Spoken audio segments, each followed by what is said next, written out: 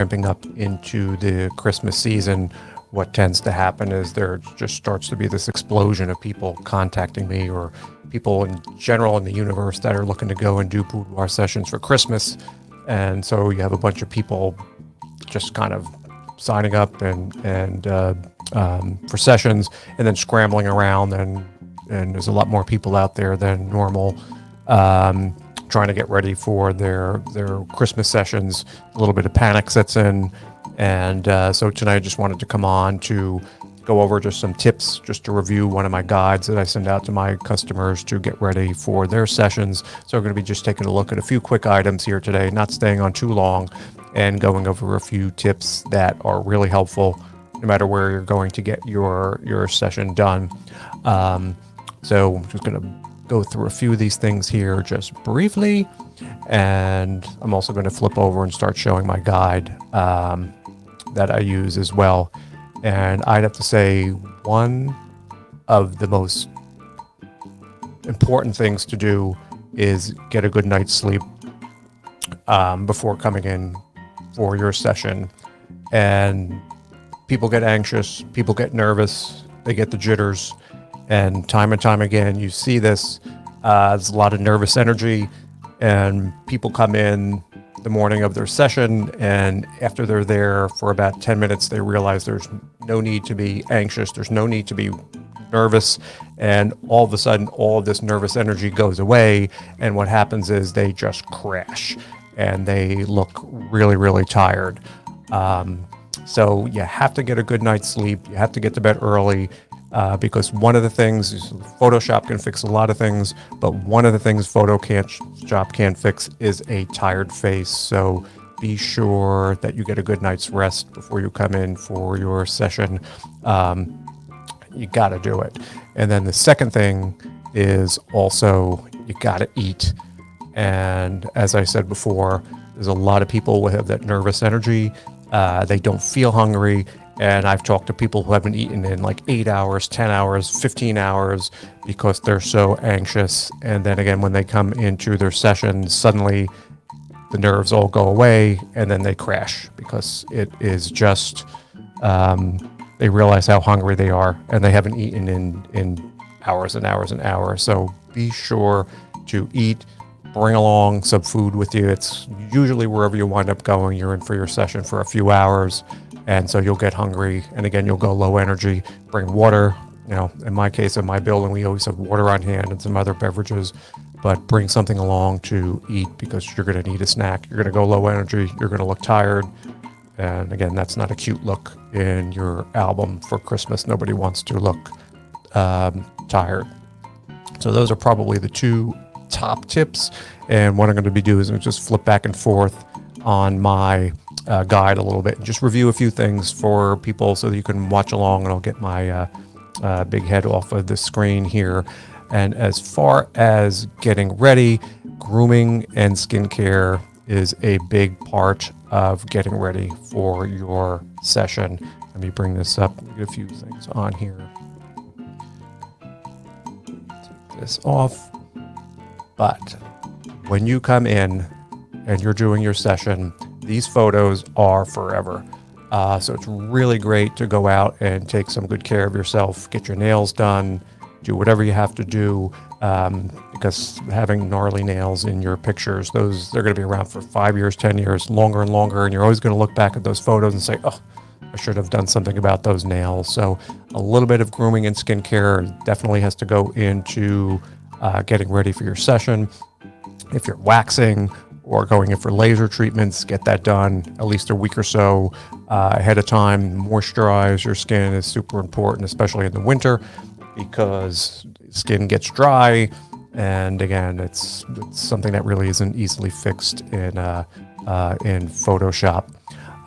Additionally, if you're going tanning, it's not my favorite thing to deal with when people are in sessions, but don't go super crazy with the tanning. Don't tan, the night before your session or 2 nights before your session. If you want to have a little bit of color, do gentle tanning and then give it up at least 3, 4, 5 days before your session. So that way your skin has a little bit of time to rest and even out and you're not sunburned.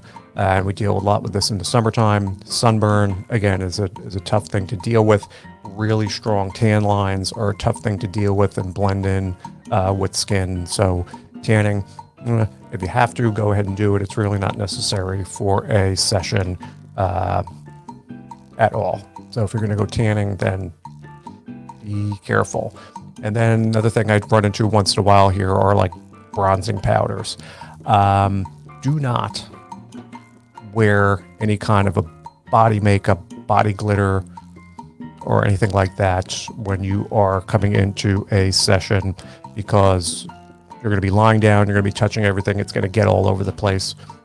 So I've had people come in with sparkly body, and it's not a recommended thing to wear because it's just going to get all over everything during your session. And another big thing here is hair. Depending on where you go, some photographers include hair in their package as part of a look. It's really super important. Again, it's one of those things that you have to get done, and it's recommended to get your hair professionally done before your session.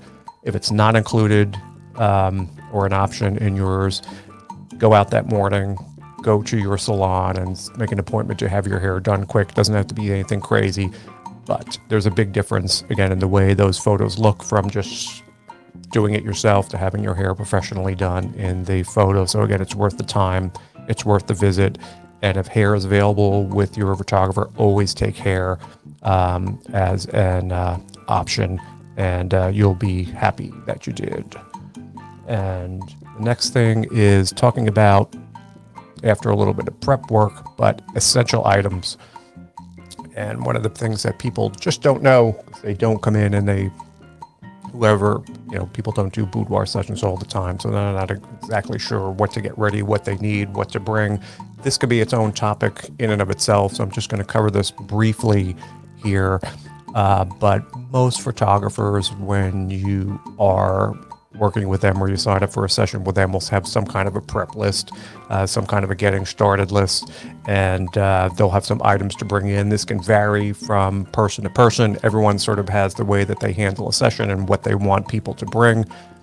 So you can defer to your photographer for the exact list. In my case, I keep it very, very simple.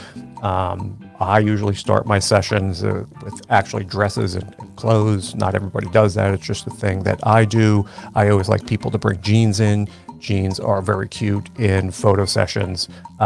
Standing up, lying down, everybody has a pair of jeans, and everybody looks good in jeans when they wear them. Tank tops now are big. We do lots of shot with tank tops or fitted tops, again, with the jeans. We do like tank tops and undies and stuff like that. So white tank tops or color tank tops are really good to bring in. Simple thing, again, that everybody has. You do not have to go crazy and bring in lots of stuff. Black undie sets are something I think is a must bring. Again, everybody has them. And if you're doing photos that are being converted into black and white, they look great once photos are converted into black and white. So I have everybody bring along black sets, at least one. The more black you bring, the better. You can't have too many black outfits, in my opinion. And then other than that, I would say you really only need to bring 3 or 4 other things along with you, sets or whatever else you have. There's no need to go crazy and get tons and tons of things. I think people get overwhelmed. They don't know where to do, and it doesn't have to be that complicated. If your husband or boyfriend or partner has a favorite sports jersey, bring something like that, or a work shirt, bring something like that. It's a great opportunity to go out and spend some money and go shopping, get something new. If you are a lingerie person, you may have a closet full of stuff already that you really don't have an opportunity to wear. Bring a few extra things with you, but don't go nuts. Never hurts to bring an extra thing, but there's no need to haul in like suitcases worth of stuff with you. Never hurts to have something extra, but odds are you're never going to get through all that. And it's best to narrow it down to a few things you really want to see and you like, that maybe your favorites. So keep it simple when it comes to getting ready for your outfits. And as far as, like I said, this is just some essential things I have. And then I have people bring a robe. I have a building. It's lots of privacy and stuff like that. But, some people work in studios. Some people, there's maybe other people milling around and may necessarily want to be standing there and walking around in your underwear when you are waiting for your next set or getting instructions on what to do, so that way you can keep covered up. So just a handy thing to be. You may want to check in with the person who's doing your session, but robes are a good thing to bring along. I'm not going to go over this part of it item by item, but I put it together a list of some things that are super popular. Heels. Everyone has to bring in some heels. Again, we talked about these tank tops are good. Undies are good to bring. Robes. Leggings now. We have a lot of people bringing in leggings for sessions. So we do photos in leggings, bodysuits, essentially anything that you have is good to bring along. So in my world, these are some suggestions that I have here as far as wardrobe ideas. And really, when it comes to boudoir, the sky is the limit. So there isn't anything, I don't think, that has walked through my doorway that I haven't seen before. So bring it. If you have any questions about whether something is suitable or not, contact your photographer and get some input. I'll skip over the session for brides. And here's another point here as far as matching. I have some women who come in and wear separates. I would say no. Bring things that match when possible. Leave singles at home. It's just not what you want for a boudoir session. And the last thing I think I'm going to touch on here is special requests, or things that you may be bringing along and you're not sure. More and more props are something that people bring in, and these things kind of go in spurts. For whatever reason, things become popular, they kind of fade away and they come back. But if you're bringing anything into your session, give your photographer a heads up. Tell them so they are prepared. It isn't anything they haven't seen or heard of before. But if you're bringing something in, just let them know. And it can be kind of embarrassing to talk about this with a man or a woman that you really don't know, but they've been through it. So if you're uncomfortable talking, send them a text message or send them an email.